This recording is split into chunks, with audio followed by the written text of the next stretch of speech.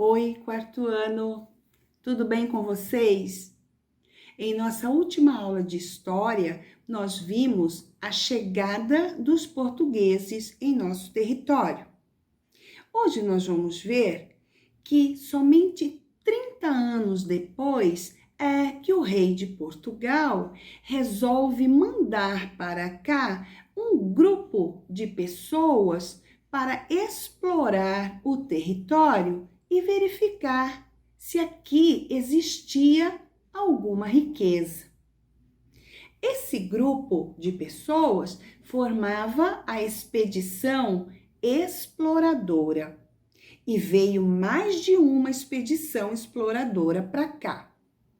Eles encontraram o pau-brasil, que é uma árvore de madeira avermelhada, cor de brasa, da qual se extraía uma tinta vermelha usada para tingir tecidos, bastante utilizada na Europa.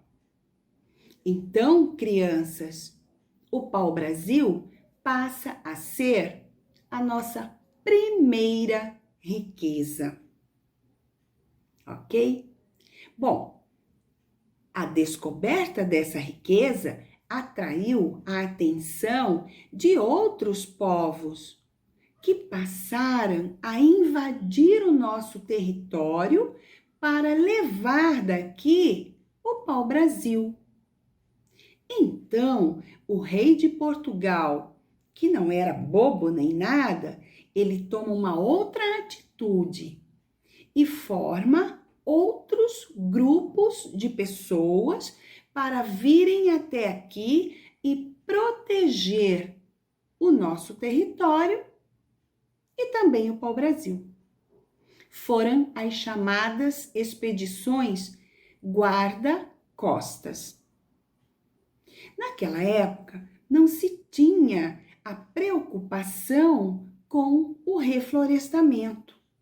Hoje, nós sabemos que se existe a necessidade de derrubar uma árvore, outra da mesma espécie precisa ser replantada.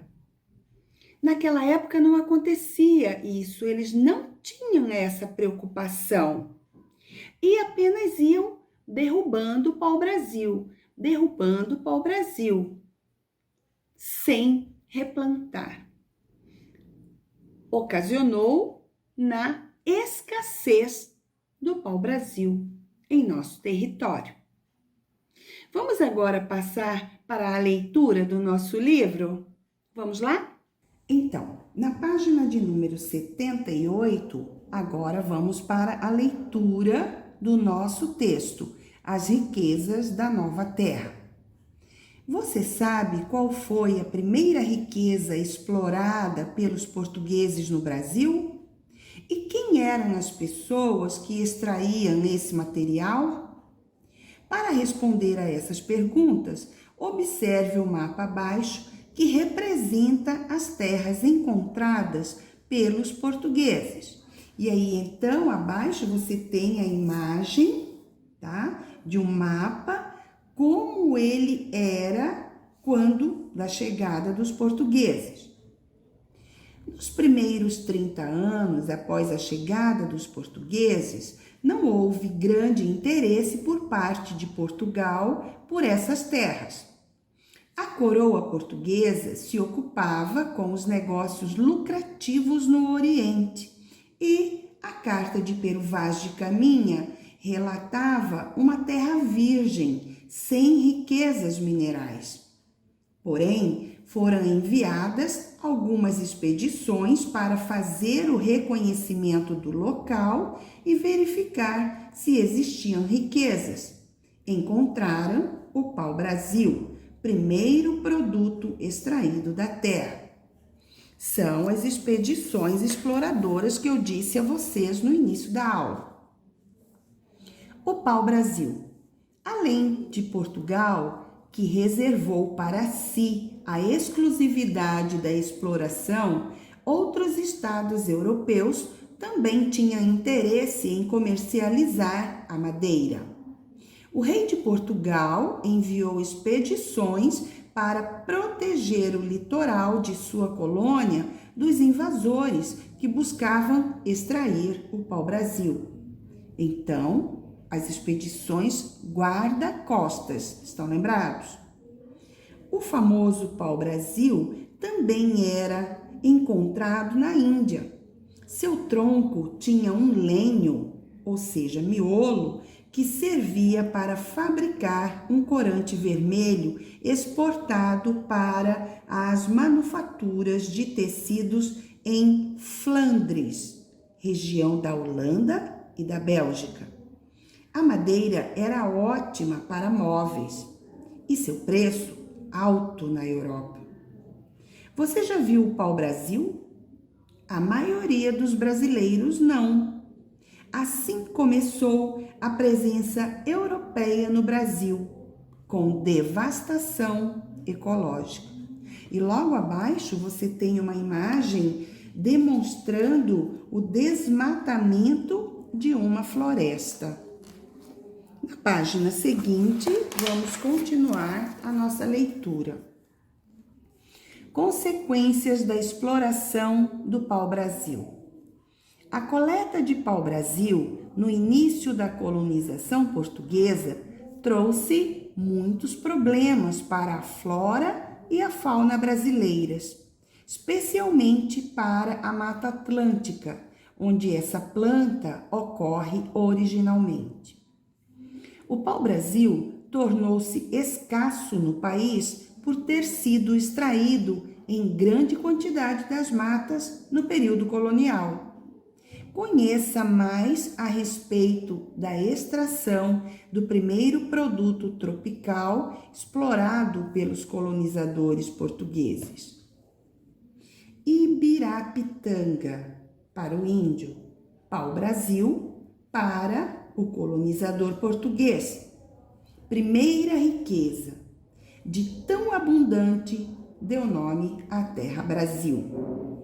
Explorado desde os primeiros anos do século XVI, o conhecido pau-tinta foi usado para pagamento do primeiro empréstimo externo brasileiro, 3 toneladas encaminhadas à Inglaterra.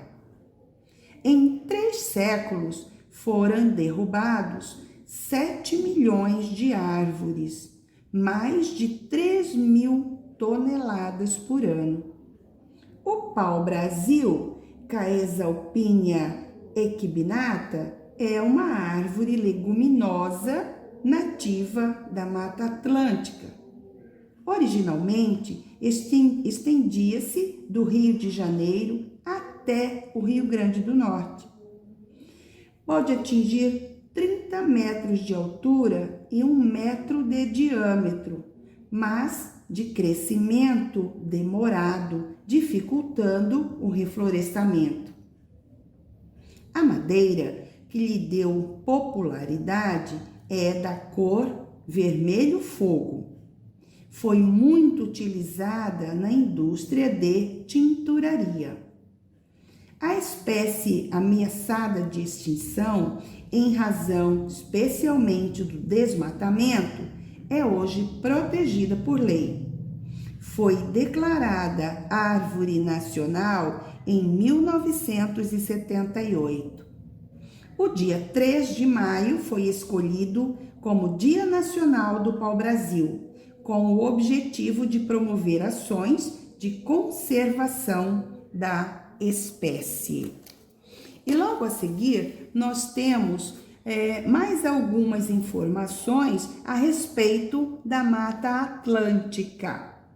Conheça a Mata Atlântica. A biodiversidade da Mata Atlântica é exuberante.